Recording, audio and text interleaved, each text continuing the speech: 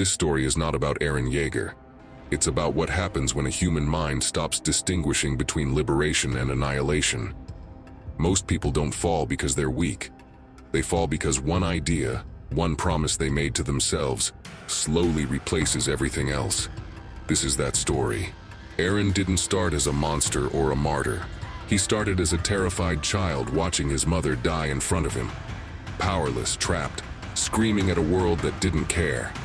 That moment planted something deep inside him. Never again. Never again would he be caged. Never again would he watch the people he loved suffer while he stood by. Never again would he accept the world as it was. That wasn't rage. That was survival instinct. The raw human need to take back control when everything has been taken from you. And for a long time, it looked like strength. At some point, one belief consumed him. Freedom can only be won through force, not negotiated, not compromised, taken. And to Eren, freedom wasn't just personal, it was existential. He looked at the world and saw only two states. You are free, or you are dead. There was no middle ground, no coexistence, no shared humanity with those who caged you. This belief wasn't illogical. In his world, it had been proven true over and over again. The problem wasn't that he believed it. The problem was that he stopped questioning whether it was the only way. And when a belief becomes absolute, it stops being a tool. It becomes an identity. There's a moment in every psychological collapse where the shift happens. It's not loud. It's not dramatic. It's when someone stops reacting to the world and starts programming themselves.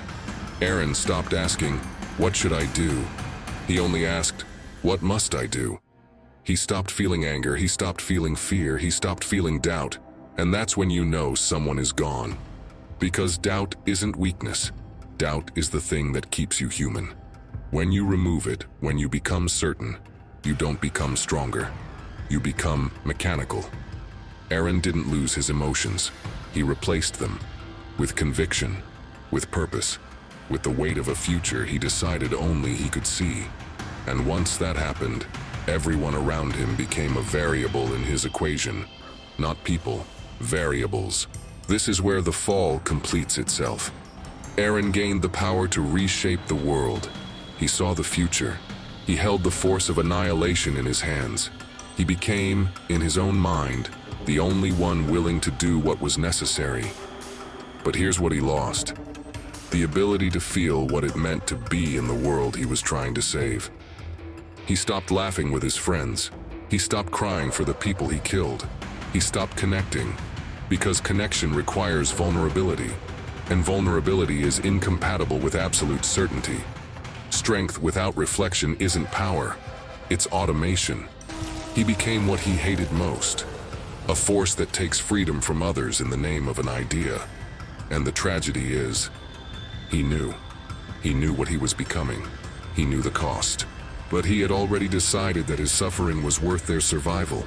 So he kept moving forward, not because he wanted to, because he believed he had to. This is why this story matters, because the same pattern exists in real life.